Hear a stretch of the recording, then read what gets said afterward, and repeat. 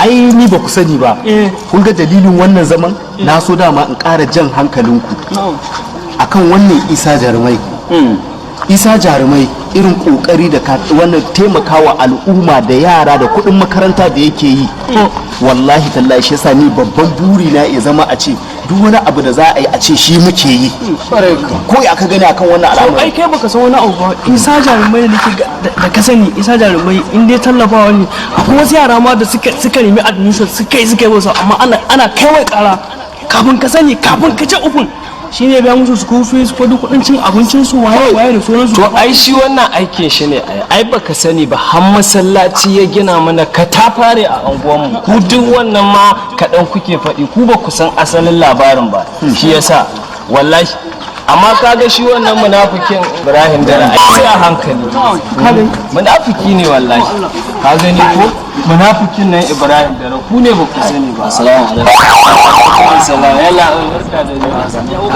alaikum kai biyan da muke da kai ne munafikin ka biyan da muke da kai amana ne na munafikin ka akan me kace munafiki ina ba su labarin kan wata kaza nan da aka jefa ina nan allabadi ina jin ku kuna magana ne kan Isa Jarumai to bari ku ji abin da ba ku sani ba Isa Jarumai mota ta da nake hawa ga tun sai min ita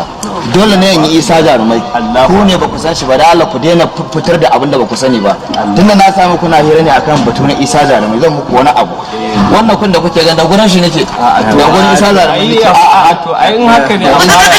ai nan dinni ne amma ake na zo tara kana lagi